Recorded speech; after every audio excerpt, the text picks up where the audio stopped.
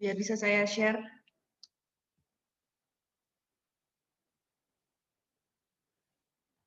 Motivasi ya, ini definisi motivasi. Suatu variabel perantara yang digunakan untuk menerangkan faktor-faktor dalam diri individu yang dapat membangkitkan, mempertahankan, dan menyalurkan tingkah laku ke arah suatu tujuan tertentu. Lalu, motivasi juga berhubungan dengan kekuatan atau dorongan yang berada di dalam diri manusia. Nah, motivasi ini sifatnya implisit, bukan eksplisit. Jadi kita nggak bisa melihat fisiknya gitu, bentuk fisik dari motivasi itu seperti apa. Karena motivasi itu apa ya? Lebih ke kondisi psikis. Jadi dia tidak dapat terlihat dari luar. Lalu motivasi dapat menggerakkan manusia untuk menampilkan suatu tingkah laku ke arah pencapaian suatu tujuan. Nah, tingkah laku dapat dilandasi oleh berbagai macam motivasi. Jadi misalnya tadi contohnya Mehmet pergi ke pasar. Nah, motivasi Mehmet pergi ke pasar itu mungkin nggak cuma satu aja. Mungkin bisa jadi ada 3 motivasi. Yang pertama, Mehmet disuruh ibunya belanja. Yang kedua, Mehmet mau ketemu temennya di pasar juga. Yang ketiga, mungkin Mehmet mau ada barang pribadi yang mau dibeli juga. Nah, berarti kan dia ada 3 macam motivasi untuk satu tingkah laku saja, yaitu pergi ke pasar. Jadi, belum tentu satu tingkah laku itu hanya ada satu motivasi. Bisa jadi ada banyak motivasi yang melandasi seseorang melakukan tingkah laku tersebut.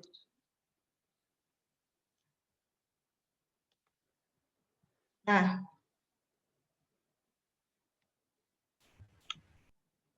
berikutnya, tantangan mempelajari motivasi. Motivasi tadi sudah seperti disampaikan bahwa motivasi itu tidak dapat dilihat implisit. Jadi kadang nggak disadari, kadang orang nggak sadar kenapa sih dia mau kuliah, dia nggak sadar. Atau misalnya,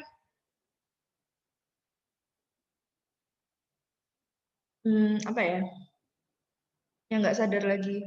Mungkin kalian sering ya melakukan tindakan-tindakan yang spontanitas atau tanpa sadar. Nah, terus kalian mikir, kenapa ya aku tadi melakukan ini? Berarti kan kalian nggak sadar motivasi kalian. Terus motivasi yang sama dapat tampil dalam bentuk tingkah laku yang berbeda.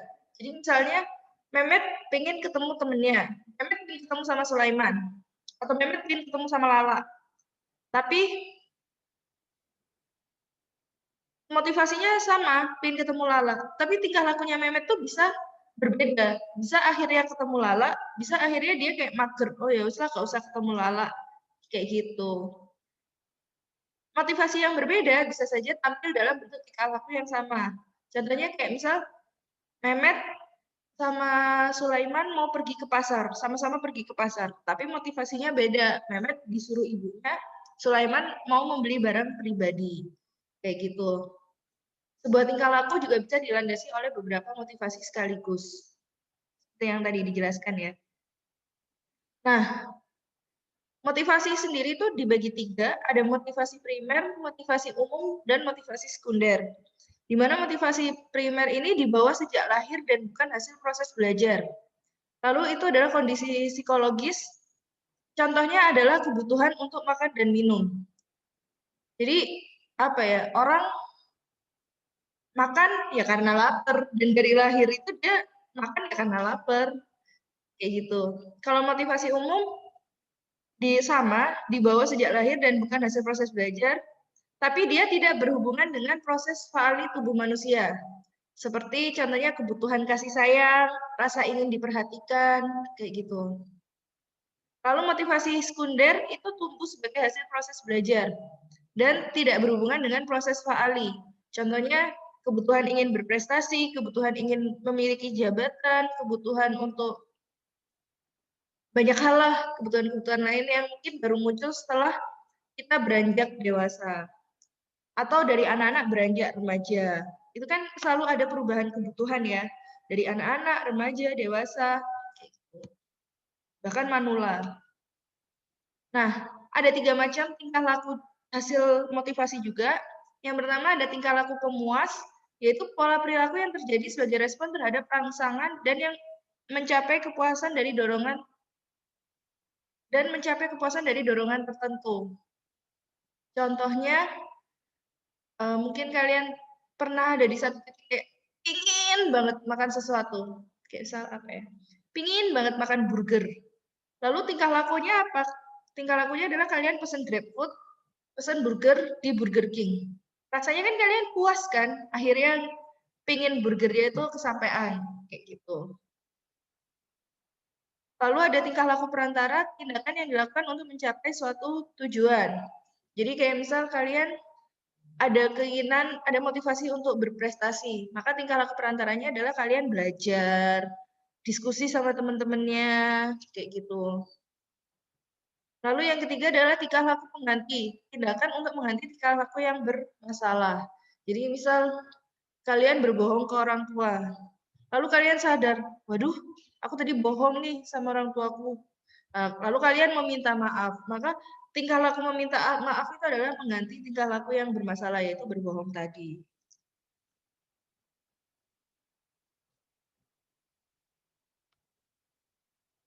Ini contohnya ya. Jadi si ibu-ibu ini pingin suaminya itu lebih perhatian ke dia. Karena suaminya tuh lebih sering main komputer daripada merhatiin istrinya. Makanya dia, apa aku beli parfum yang mirip komputer ya. Nah, ini bisa jadi ini adalah contoh dari tingkah laku perantara. Jadi dia punya tujuan yaitu ingin suaminya itu perhatian, lebih perhatian ke dia. Makanya dia beli parfum dan mencari parfum yang mirip komputer baunya. Karena mungkin suaminya sering main komputer ya daripada merhatiin istrinya.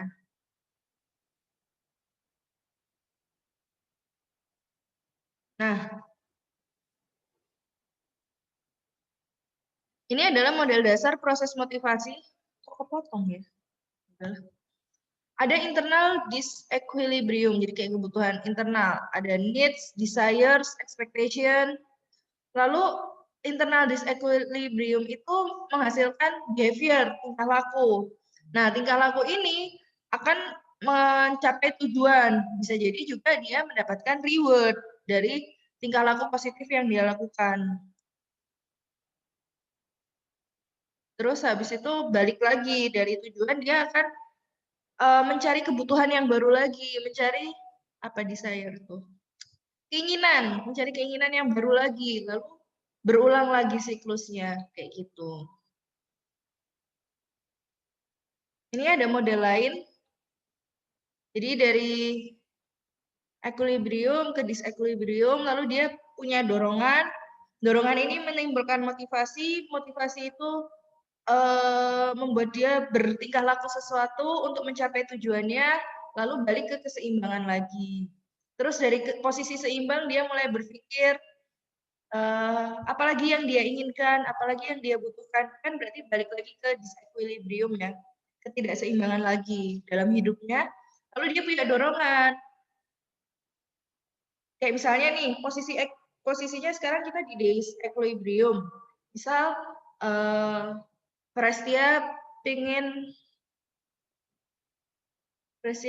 pergi ke Jakarta. Nah, dia punya dorongan nih, pingin nih pergi ke Jakarta. Terus dia termotivasi untuk pergi ke Jakarta, menghasilkan tingkah laku, mulai dari menabung, membeli tiket, merencanakan perjalanan. Akhirnya tercapailah tujuan, dia berangkat ke Jakarta. Nah, dia berangkat ke Jakarta, tercapai, dia ada di posisi seimbang karena tujuannya telah tercapai. Terus sampai di Jakarta, dia mulai punya keinginan lagi. Di Jakarta aku pengen ke Monas. Nah, berarti kan dia ada masuk ke posisi ketidakseimbangan lagi. Dia punya dorongan untuk pergi ke Monas. Lalu dia termotivasi, akhirnya dia bertingkah laku untuk pergi ke Monas. Mulai dari searching, kalau ke Monas caranya gimana ya? Naik busway, naik KRL, atau naik Grab kayak gitu. Akhirnya tercapailah tujuannya. Si siapa namanya Prestia nyampe ke Monas. Nah, itu dia udah di posisi seimbang lagi nih. Terus ternyata dia muncul keinginan baru lagi. Berarti kan dia ke posisi ketidakseimbangan lagi. Gitu, muter terus. Ya karena hidup manusia terus berjalan dan terus berputar sampai akhirnya dia mati.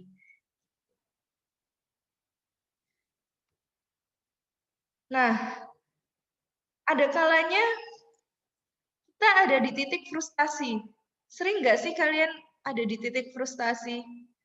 Kenapa frustasi Sering. itu kenapa? Frustasi itu karena kalian punya tadi ya, punya kebutuhan, punya keinginan, ada di posisi equilibrium. Kalian punya dorongan, kalian termotivasi, akhirnya kalian bertingkah laku sesuatu untuk mencapai tujuan. Tapi kan nggak selamanya hidup itu mulus ya. Banyak batu geronjal-geronjal gitu. Jadi misal,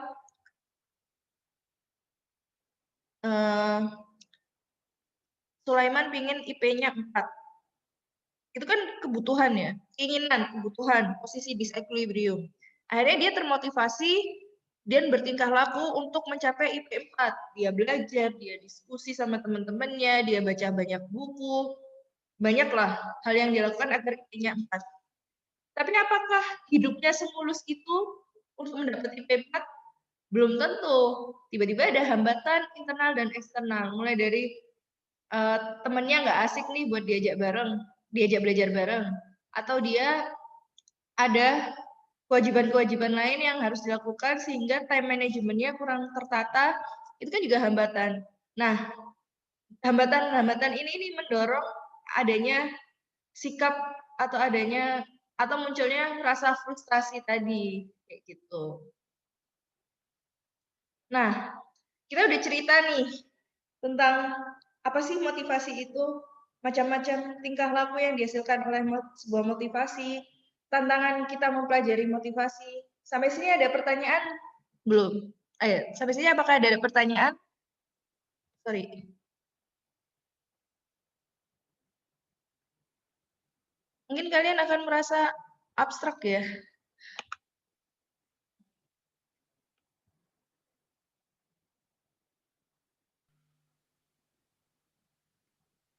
Apa ya, ini mata kuliah yang menurut saya ini mata kuliah yang nggak perlu kalian pikir dalam-dalam, maksudnya nggak sesusah PEMSIS, nggak sesusah OR, nggak sesusah Propstat. Ini mata kuliah yang coba sama-sama kita di mata kuliah ini tuh mengenali diri kita melalui psikologi, dan juga bisa kalian aplikasikan ke organisasi kalian, teori-teori yang ada di psikologi ini. Gitu.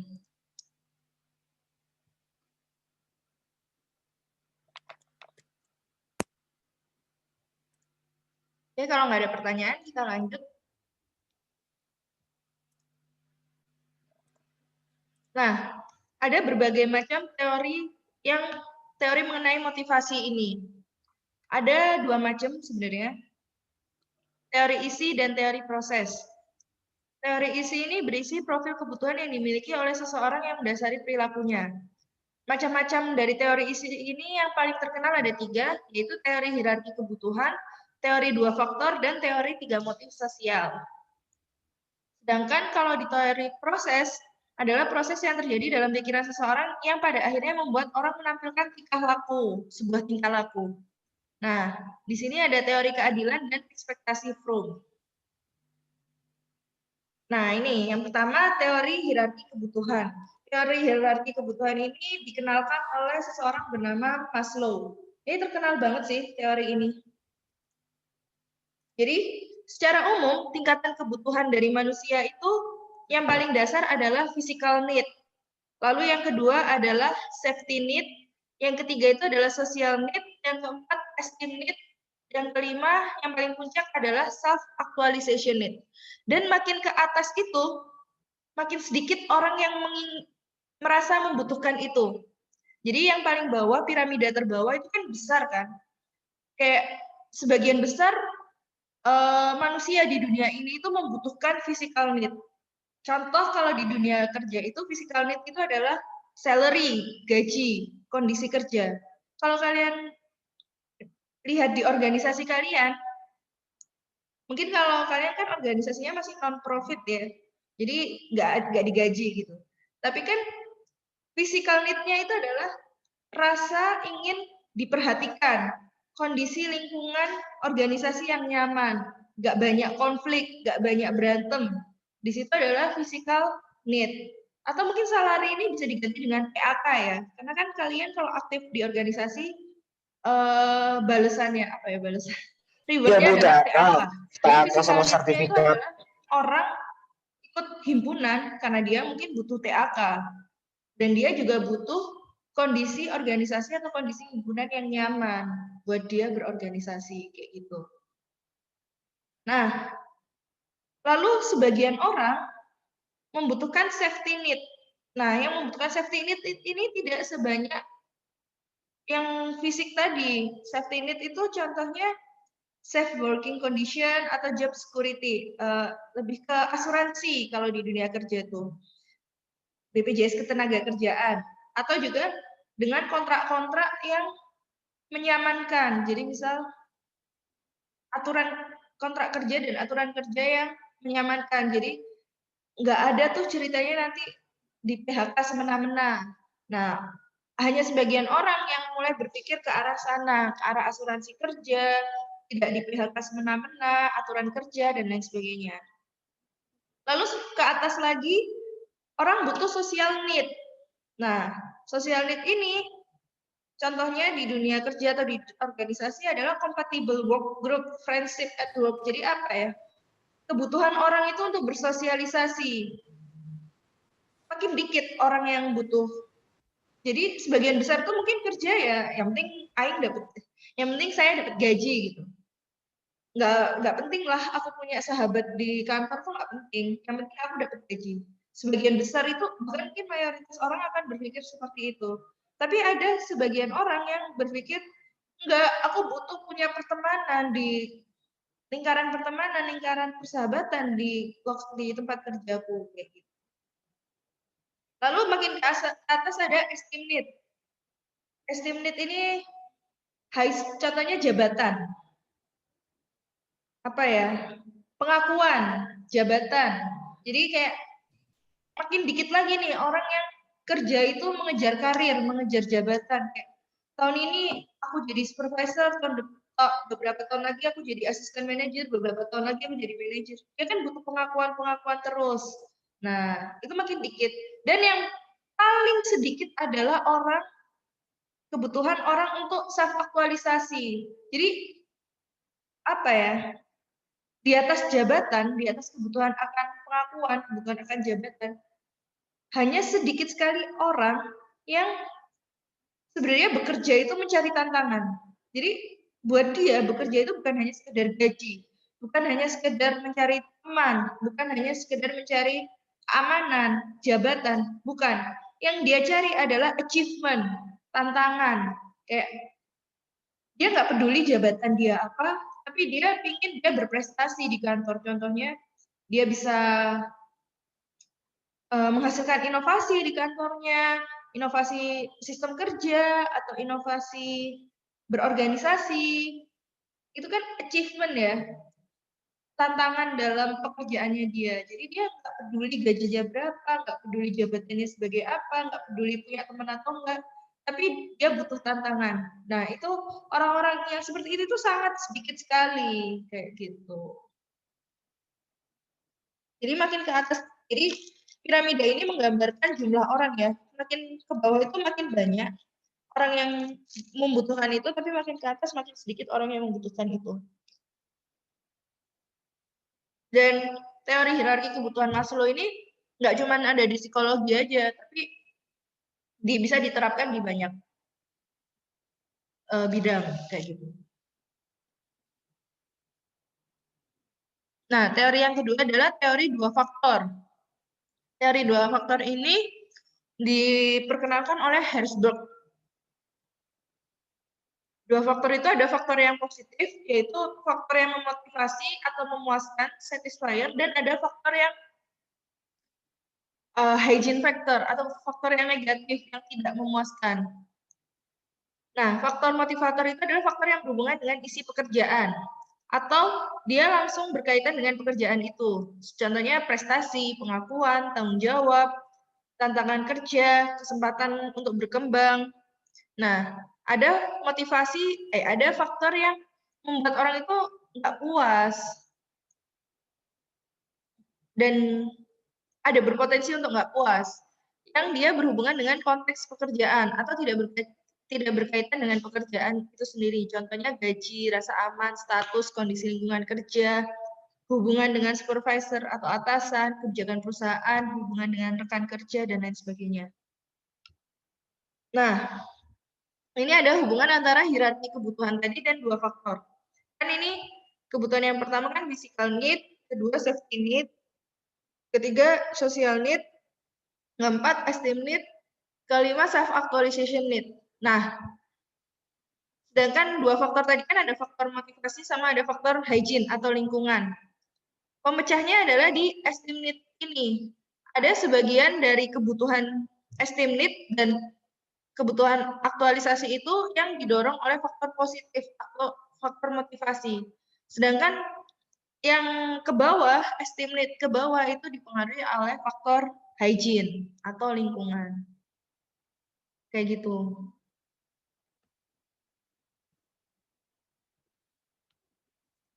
Lalu yang terakhir ada teori tiga motif sosial yang diperkenalkan oleh McClellan. Motif pertama adalah motif untuk berprestasi. Lalu motif kedua ada motif untuk bersahabat. Dan motif ketiga adalah motif untuk berkuasa. Nah, motif untuk berprestasi adalah keinginan seseorang untuk bekerja lebih efisien, bisa menyelesaikan masalah, bisa menguasai tugas-tugas yang rumit. Terus dia juga punya motivasi untuk berkembang kayak hari ini harus lebih baik daripada kemarin, besok harus lebih baik dari hari ini. Jadi mau mengembangkan diri terus-menerus. Terus dia punya target pribadi kan. Nah, target pribadi dan ukuran keberhasilannya adalah ketika dia bisa mencapai target pribadinya. Dan atau bisa juga orientasi dan pikiran tentang masa depan. Nah, perilaku terkait motif berprestasi ini adalah dia mau mengambil tanggung jawab pribadi, mencari feedback, memilih resiko moderat. Jadi, ada nggak sih mata kuliah analisis resiko? Saya lupa. Tapi kalau di mata kuliah analisis resiko itu saya pernah belajar, resiko itu dibagi menjadi 3. Resiko kecil, moderat, dan tinggi. Moderat tuh tengah-tengah gitu loh. Kalau resiko kecil itu biasanya resiko yang kemungkinan terjadinya kecil dan impact-nya juga kecil. Kalau resiko tinggi adalah resiko yang kemungkinan terjadinya besar dan impact-nya besar. Terus perilaku lain dari motif berprestasi adalah dia selalu mencari cara baru untuk melakukan pekerjaannya. Kayak gitu. Lalu yang kedua adalah motif untuk bersahabat. Motif untuk bersahabat ini adalah motif seseorang yang mencari hubungan yang nyaman dengan lingkungannya, dengan rekan kerjanya, dengan atasannya. Pokoknya intinya dia pingin hubungan habluminanasnya itu yang nyaman, habluminanas, hubungan dengan manusia yang nyaman, hangat. Nah, dia itu pingin bisa disukai dan diterima oleh kelompoknya, ingin menjalin persahabatan, pertemanan, dan lain sebagainya. Nah, dia itu juga suka ada rasa cemas kalau dia itu misalnya punya konflik sama rekan kerja atau sama atasan atau sama bawahan, kayak gitu. Contohnya, dia lebih suka bareng-bareng daripada sendiri. Lalu dia lebih suka berhubungan dengan orang lain. Terus dia memperhatikan hubungan pribadi daripada pekerjaannya, daripada tugasnya. Dan dia itu orangnya kooperatif. Jadi apa ya? Pikirannya itu kayak gini. Lebih baik aku nggak konflik, menghindari konflik. Dia itu cenderung menghindari konflik. Itu adalah orang yang berperilaku karena motif ingin bersahabat. Lalu yang ketiga adalah motif untuk berkuasa. yaitu keinginan untuk mengontrol orang lain, menginfluence atau mempengaruhi orang lain, dan ingin bertanggung jawab atas sesuatu. Jadi dia melakukan perbuatan yang dapat menunjukkan pengaruh untuk kekuasaan. Lalu dia melakukan sesuatu yang mengakibatkan timbulnya perasaan sangat positif atau negatif. Jadi menginfluence ya. Tuh. Contoh perilakunya adalah dia sangat aktif dalam menentukan arah kegiatan organisasi. Lalu sangat peka terhadap struktur pengaruh antar pribadi dalam kelompok, menyukai hal yang menunjukkan prestis, yaitu needs to esteem, butuh pengakuan, dan berusaha untuk menolong orang lain walaupun tidak diminta. Bisa jadi seseorang bekerja atau seseorang aktif dalam organisasi itu punya ketiga motif ini. Jadi dia nggak cuma punya satu motif aja, bisa jadi dia punya ketiga-tiganya. Jadi dia ingin berprestasi, jadi dia aktif di BEM. Aktif di BEM itu dia ingin berkuasa, ingin diakui, dia juga ingin berprestasi di BEM itu. Jadi dia menciptakan inovasi-inovasi dalam BEM, tapi dia juga ingin bersahabat, dia ingin menciptakan hubungan baik dengan rekan-rekan di dalam BEM-nya. Seperti itu. Jadi nggak terbatas ya, orang melakukan sesuatu itu hanya karena satu motif aja. Kayak ingin bersahabat aja. Enggak, bisa jadi dia ingin ketiga-tiganya. Kan saya mengakui juga saya menjadi dosen itu motifnya juga ketiga-tiganya. Jadi kayak saya ingin berprestasi, saya ingin jadi dosen yang berprestasi. Saya ingin punya penelitian yang banyak, saya ingin bisa mengajar mahasiswa saya dengan baik, sehingga mahasiswa saya itu paham ilmunya, dan lain sebagainya. Saya juga, selain itu, saya juga ingin punya lingkungan pertemanan yang nyaman, saya ingin punya banyak teman rekan sesama dosen, baik dari TTS maupun dari dosen-dosen kampus lain. Selain itu, saya juga punya rasa ingin diakui, motif ingin diakui. Saya ingin bisa menginfluence dosen-dosen lain, memberikan contoh dosen-dosen lain bagaimana sih cara menjadi dosen berprestasi bisa. Jadi saya mengakui bahwa saya menjadi dosen tuh nggak hanya karena satu motif, tapi karena ketiga motif ini. Mungkin kalian juga aktif di organisasi kalian masing-masing juga nggak hanya karena satu motif, tapi karena ketiga-tiganya. Gitu. Nah, kalau yang tadi kan yang teori hierarki kebutuhan, 2 faktor, 3 motif sosial, itu kan masuk dalam teori isi. Nah, untuk teori proses, yang pertama ada teori keadilan. Teori keadilan ini diperkenalkan oleh Adams. Dasarnya adalah manusia menyenangi perlakuan yang adil. Terus dia akan termotivasi untuk bekerja atau melakukan sesuatu dengan lebih baik jika dia diperlakukan adil. Kayak gitu. Adil itu apa sih? Adil itu adalah hasil yang diterima di diri sendiri itu sama dengan hasil yang diterima orang lain sesuai dengan upayanya masing-masing. Kayak gitu. Nah, selain lawan dari keadilan adalah ketidakadilan. Ketidakadilan ini ada yang sifatnya positif, ada yang sifatnya negatif. Nah, ketidakadilan ini yang akan mempengaruhi motivasi seseorang. Ini contohnya, ini adalah situasi yang seimbang dan adil. Jadi, adil itu belum tentu sama ya. Misal diri sendiri itu digaji $2 per jam. Nah, orang lain digaji $4 per 2 jam. Itu adil ya. Walaupun jumlahnya yang diterima mungkin nggak sama persis. Tapi itu masih dalam kondisi adil. Nah, ini contoh ketidakadilan negatif. Ketika diri sendiri ini kita digaji $2 per jam, tapi orang lain digaji $3 per jam. Nah, ini timpang ya, orang lain lebih besar daripada diri sendiri. Begitu juga dengan ini kebalikannya. Yang kita terima lebih besar dari orang lain, padahal outputnya sama kan, sama-sama bekerja dalam 1 jam. Kalau yang keadilan ini kan outputnya beda ya. Kita bekerja 1 jam, orang lain bekerja 2 jam. Kita digaji $2, orang lain digaji $4. Wajar. Kalau dihitung per jam jadi seimbang kan. Yang kedua adalah teori ekspektasi Fromm. Ya, diperkenalkan oleh Fromm tentunya. Jadi kecenderungan orang bertindak dengan tingkah laku tertentu atau cara tertentu itu tergantung pada ekspektasi orang itu sendiri. Tindakan akan diikuti dengan pemberian konsekuensi tertentu dan nilai keterkaitan dari konsekuensi tersebut bagi yang melakukannya. Orang melakukan usaha kerja untuk mencapai performansi kerja dan menerima hasil yang berhubungan dengan kerjanya. Nah, orang bekerja untuk mencapai suatu tugas target kerja, lalu dia akan menerima timbal balik atau outcome atau kompensasi dari performansinya.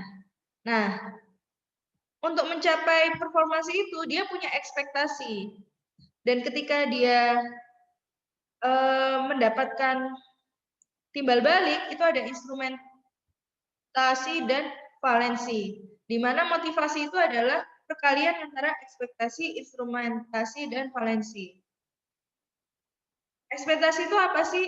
Itu adalah kepercayaan seseorang bahwa jumlah upaya atau usaha yang dilakukannya akan mengarahkan ke peningkatan kinerja atau performansi yang kemudian akan mendapatkan hasil yang lebih besar. Instrumentasi adalah keyakinan bahwa suatu tugas yang dilakukan pasti akan mendapatkan hasil yang diinginkan. Sedangkan valensi adalah nilai yang diberikan orang lain untuk hasil dari tugas. Jadi, misal saya sebagai dosen, performansinya dinilai dari EDOM, dinilai dari jumlah penelitian, jumlah publikasi. Nah, ekspektasi itu adalah kepercayaan saya bahwa dengan usaha yang sudah saya lakukan sebanyak ini, saya akan mendapatkan EDOM yang baik, saya bisa mencapai jumlah penelitian dan publikasi tertentu. Nah, dan ketika saya meningkatkan usaha saya juga berekspektasi bahwa saya akan mendapatkan hasil yang lebih dari target yang diberikan kepada saya.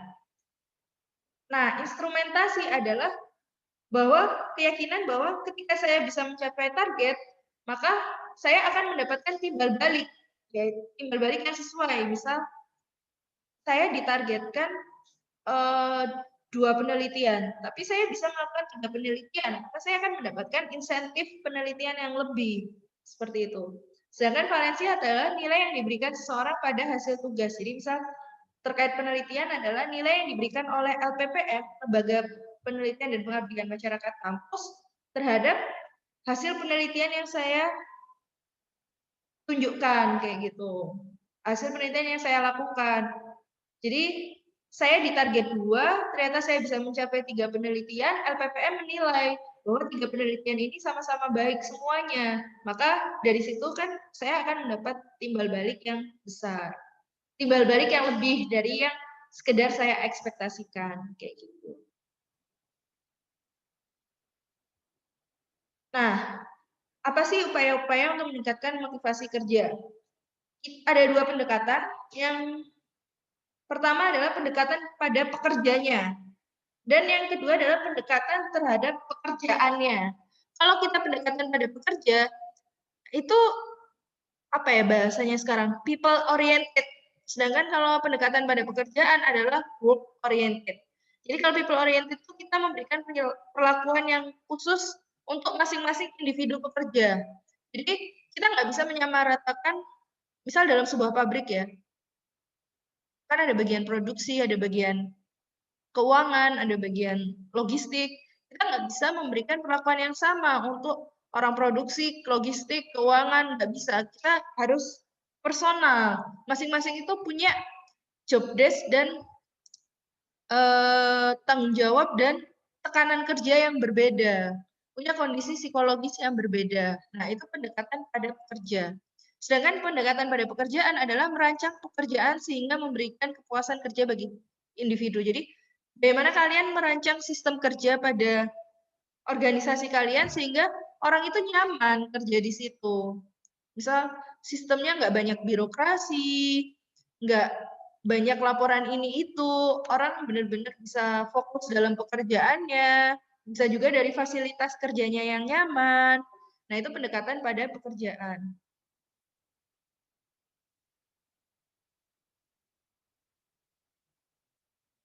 pendekatan pada pekerja, bisa pendekatan tradisional. Jadi gimana kita menguatkan pekerja kita, kayak gitu. Memotivasi pekerja kita. Lalu ada juga pendekatan hubungan antar manusia, hubungan antar atasan bawahan. Jadi bagaimana kita memaintain hubungan atasan bawahan yang baik. Lalu ada tawar-menawar secara implisit, kompetisi, menciptakan situasi persaingan sehat untuk meningkatkan motivasi, dan motivasi internal, membangkitkan motivasi internal dengan melakukan kerja yang baik sehingga menunjukkan kepuasan kerja, bukan karena imbalan atau hukuman. Kalau pendekatan pekerjaan, ada perluasan pekerjaan, pengayaan pekerjaan, rotasi, penetapan tujuan, rekayasa pekerjaan, pendekatan sosioteknik. Ini bisa kalian baca sendiri. Ini bagaimana menciptakan sistem kerja yang baik, sistem kerja yang nyaman, kayak gitu. Jadi orang nggak bosen kerja. Akhirnya dia termotivasi di pekerjaannya. Lalu yang terakhir ada teknik memotivasi. Orang sukses cenderung untuk memiliki satu hal yang umum, yaitu kehidupan mereka berorientasi pada tujuan. Jadi apa ya? Tetapkan tujuannya dulu, baru kita bisa termotivasi untuk mencapai tujuan itu.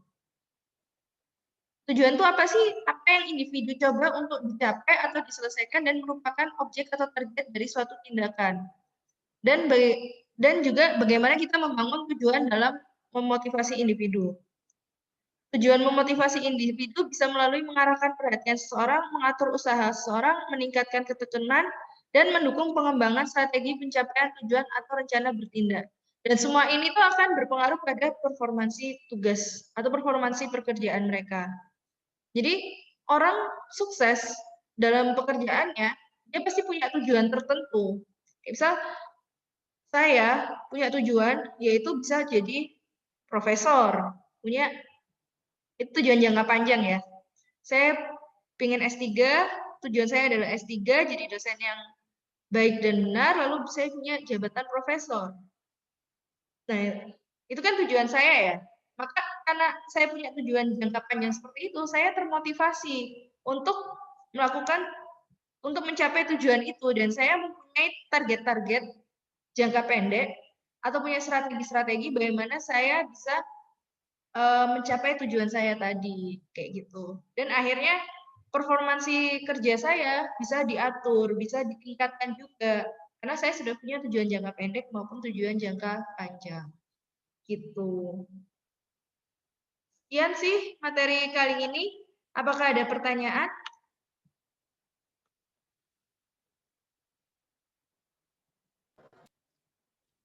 Belum, Bu. Belum ada, Bu.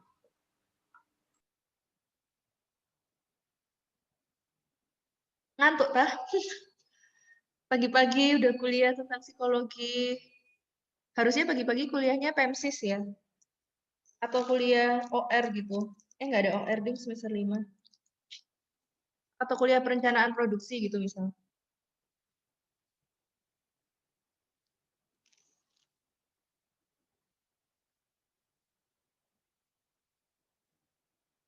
Apa ada pertanyaan?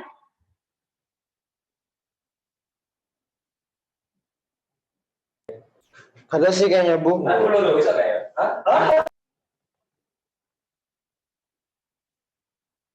Bu, nggak ada cara lain selain scan barcode, hapus laptop saya rusak. Yang nggak bisa scan barcode bisa di notes di mana namanya di kolom chat. Nanti saya absen manual, saya isi absen manualnya di Igrasias.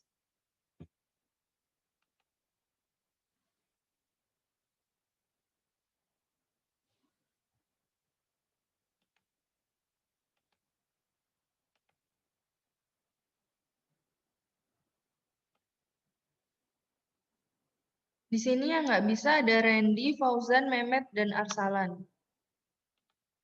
Saya catat dulu.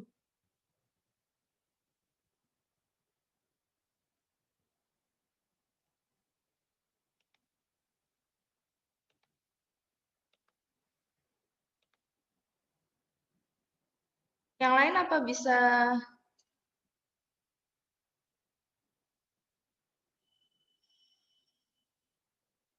Oh.